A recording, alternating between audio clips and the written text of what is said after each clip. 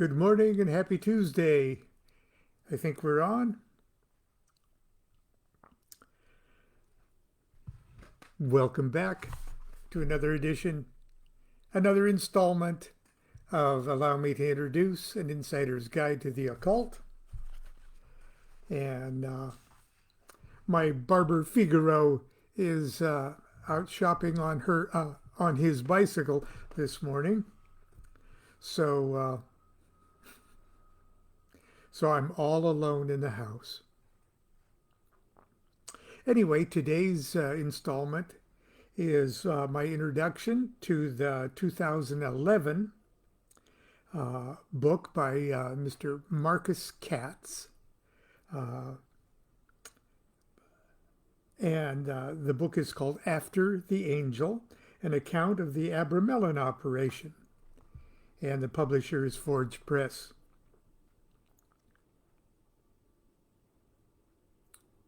The whole title is After the Angel, an account of the Abramelin operation, a 6-month working to attain the knowledge and conversation of the Holy Guardian Angel.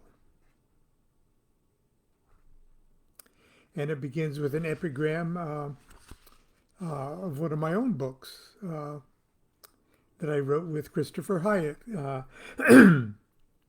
Sex Magic, Tantra and Tarot, The Way of the Secret Lover.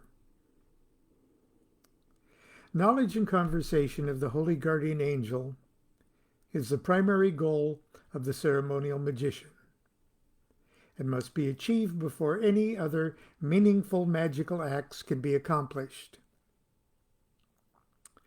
The Holy Guardian Angel, or the Secret Lover, will be the magician's teacher, lover, mentor, and guide through the higher levels of consciousness.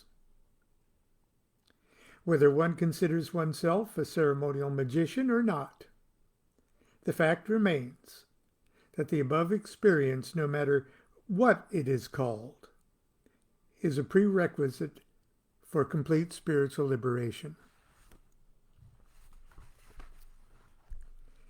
Now, you might have noticed that I posted a YouTube or a link to my Reverb Nation page that had a song that my partner Charlie D. Harris and I wrote back in 1969 and recorded on our album. And it's called The Inner Man. And I posted it on my Facebook page, hoping that you'd have a chance to listen to it before I read today's chapter. And if you didn't have a chance, just scroll down after my talk this morning and listen to it, because I think you'll like it. Or I think you'll find it interesting, at least. On July 11th, 1969, I celebrated my 21st birthday by getting deliciously high on Afghan hash with my friend and songwriting partner, Charlie D. Harris.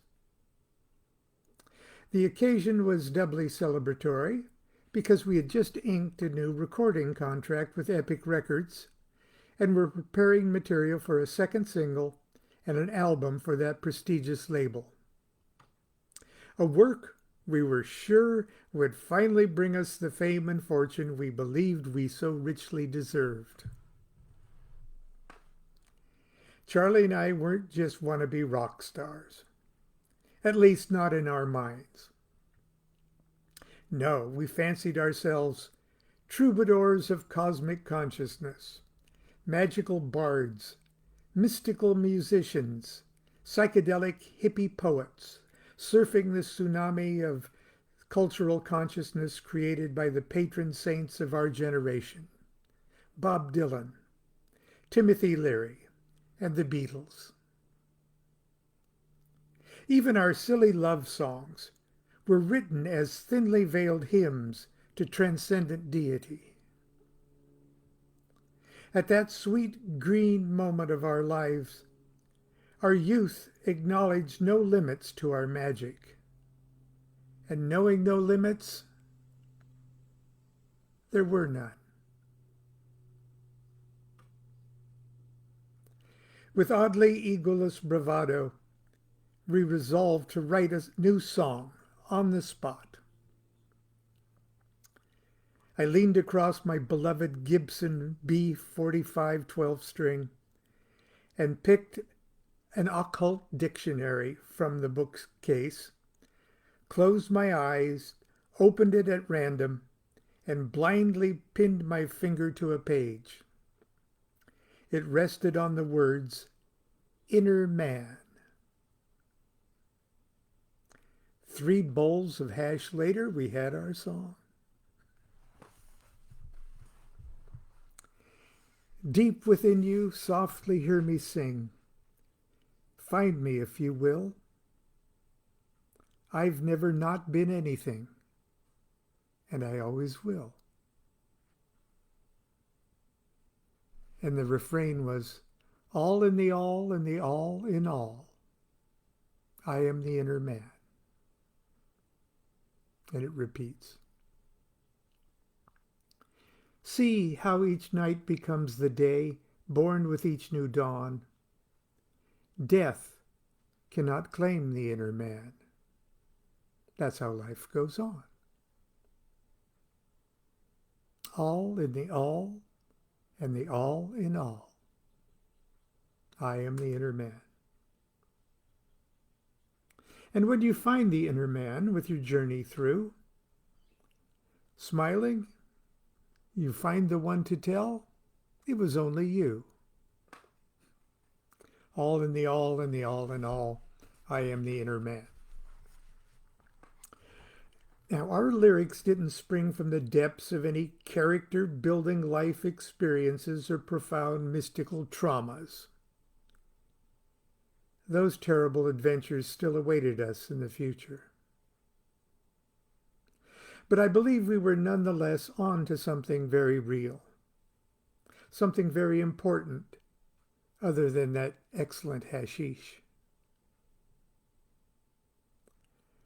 Our song was a corny, cliché, naive, and pretentious. But to tell the truth, reading these lyrics 42 years later, I'm still impressed by the message.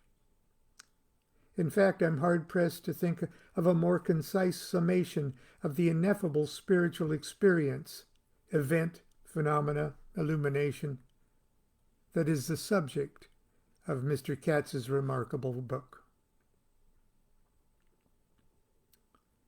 Knowledge and Conversation of the Holy Guardian Angel, or K&C of the HGA, is rather a silly, excuse me,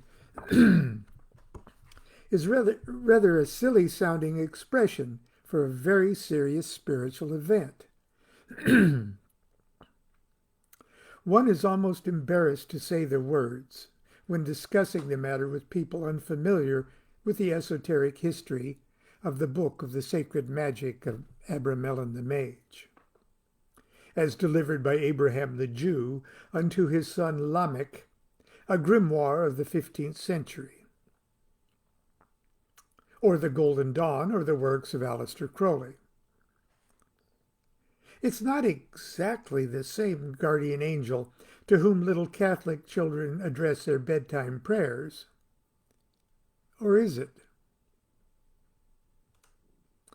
The intense and heroic magical operation that Mr. Katz performed, and that he so ably describes in his book, was created by the magician Abraham of Worms, 1362 to 1558, to trigger a tangible and objective mystical experience, an eyes wide open moment of ecstatic union, even more real, life-altering, and memorable than one's first romantically charged adolescent kiss. It is the ultimate consummation devoutly to be wished. According to Abraham's theory, we are each, in a sense, an unfinished human being, a slumbering princess, until we've been kissed or united with our questing prince, the Holy Guardian Angel, or the HGA. The HGA, on the other hand, remains an unfinished spiritual being, a prince who will never be a king until he has married a princess. Of course, the entire cast of characters in this fairy tale are simply metaphors for levels of consciousness and the mechanics of our evolving identity with those levels of consciousness. But sleeping princesses and hunky princes and kings and queens and awakening kisses and weddings and babies are pretty damn good metaphors for this process. Because the key that holds it all together, indeed the key to the nature of consciousness itself, from iron and rocks to light and energy and Godhead itself, is love. But is love, as the Beatles sang, really all you need? In my book, Ask Baba Lon, Answers to Questions in Life and Magic, I try to answer the question, what is the fastest way to unite with the HGA? This is my answer. Knowledge and conversation of the Holy Guardian Angel is a love thing. Work on developing the ability to fall hopelessly, blissfully, passionately in love with God, or whatever your object of supreme deity is. Each of us is already trying to mate with our HGA. Every time we fall in love with someone or something, it's not really the person or object of our devotion we're falling in love with. We're falling in love with a perfected ideal, something that no person or thing could in reality ever live up to. That ideal is the angel. That perfected ideal is really us. A fact we'll discover when we and the angel are united. Until then, we're already well armed with the only tool we need to lure the angel to us. Intense, insane, romantic naivete. A devotion so consuming it would embarrass us to death if we weren't so blinded by love. That was the end of that letter. Excuse me, I got a frog in my throat this morning. Maybe I'll kiss it and it'll become a prince. The Abramelin operation is designed to systematically build up the magician's devotional muscles in a relatively safe and balanced manner. A process that, for those of us in the West, is not always easy to give ourselves over to. In fact, the operation seems so ingeniously designed to gradually trick the rational mind into surrendering its sovereignty, at least long enough to become irrationally open to the influx of divine consciousness. What is especially valuable about the way Mr. Katz has applied the Abramelin operation to his own life is the way he performed this magical retirement amid the distractions and the maddening crowd of his everyday, workaday world. I believe he succeeded in striking this delicate balance that is so necessary if one desires to ascend to heavenly levels of consciousness, while not permanently abandoning one's incarnational responsibilities and opportunities. It's fair for the magician to ask, what incarnational duty could possibly be more important than the knowledge and conversation of the Holy Guardian Angel? Why do I need to strike a balance between the world of karmic entanglements and the world of enlightenment? Why shouldn't I simply abandon everything in my life and pursue with one pointed ardor this spiritual illumination? In Ask Babylon, I try to address this question as well. Knowledge and conversation of the Holy Guardian Angel is a level of consciousness, and the straightest path to the HGA is devotion. If you can fall completely and helplessly in love with God, you are there. If this means you find yourself in a loincloth, jumping up and down on a street corner, blissfully singing Hare Krishna or Hare Crowley, then so be it. It won't matter to you, because you and the beloved will be joined in ecstatic union. If, however, you feel in your heart of hearts, and that's where the Holy Guardian Angel lives, that you still have some mission to accomplish in this incarnation before hopping on the train and taking the straightest path to Bliss Land, then you should start shopping around to see what your mission is, and customize your devotional quest for the angel in order to harmonize and manifest your life's mission, or your will.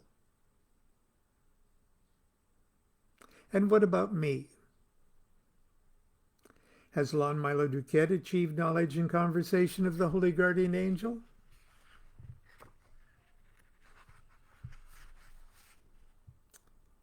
That's also a fair question to ask. If I have, I confess it didn't occur as I pictured it would the first time I read The Sacred Magic of Abramelin the Mage. If I have achieved KFC of the HGA, it came as a realization not of something that happened to me, but as a realization of what I now am. Awake.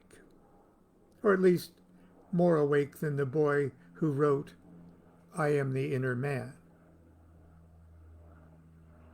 Perhaps the name of my holy guardian angel is Baba Lon, or Rabbi Lamed Ben Clifford.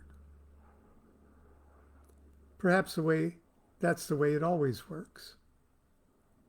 Together, you and the angel become somebody else. Somebody who writes love notes to themselves. And that's it for today. I hope you enjoyed that. And if you haven't listened to Inner Man, finally that album was released. That's it right there in 1971. And I hope you enjoy it too. Until then, till tomorrow, continue to be good to yourself and be good to each other. Do what thou wilt shall be the whole of the law. Love is the law, love under will.